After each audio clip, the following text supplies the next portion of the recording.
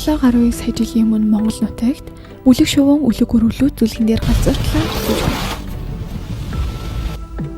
Эдгээр үлэг өрөвлүүдийн биеийн урд бараг 2 м хүрдэг байв. Тэгэд шувуу шиг харагддаг байсан. Бүх бие нь өнгөлөг сайхан өдөр бүрхэгддэг байж. Өөр нэгэн авраг үлэг өрөв тэдний араас өшөж байна. Энэ нь аймжиг толгойд үлэг өрөв буюу тэрбум фагийн төрөл байв. Урт нарийнхан урт мөчтэй мөн тэдний бие ч бас үд байсан.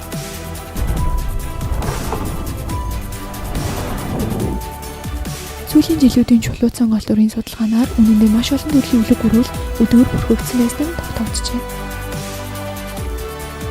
Гаднаас нь харахад энэ нь 3 үлэг өрөөл ан хөөж байгаа тэр гэр бүл шиг харагдав. Гэвч аймжиг толгойд үлэг өрөөлүүд анжиж биш байсан. Тэд шувуу үлэг өрөөлийн араас хамт дахиж байсан нь бас нэгэн шалтгаантай байсан. Үнэндээ тэд ч бас ангийн бай болдог байсан.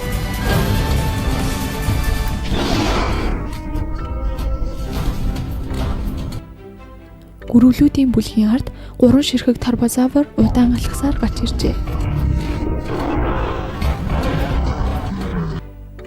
Мэдээж хэрэг энд дүршлэгсэн тарбозавр дүр төрх одоо бол хуучирсан. Залуу тарбозавр жинхэнэ үттэй байсан байж мэднэ. Гэвч насанд хүрэхэд өдөөрөө халзардаг байжээ.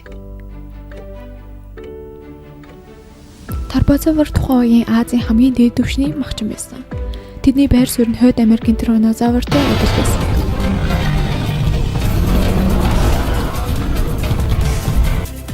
Тиймээс тэд том үлэг өрөвлүүдийг тогтмол ан хийдэг байв. Нэг залуу аимшиг толгойд үлэг өрөвл бүлгээсээ хоцорчээ. Ийм нөхцөл байдал маш аюултай.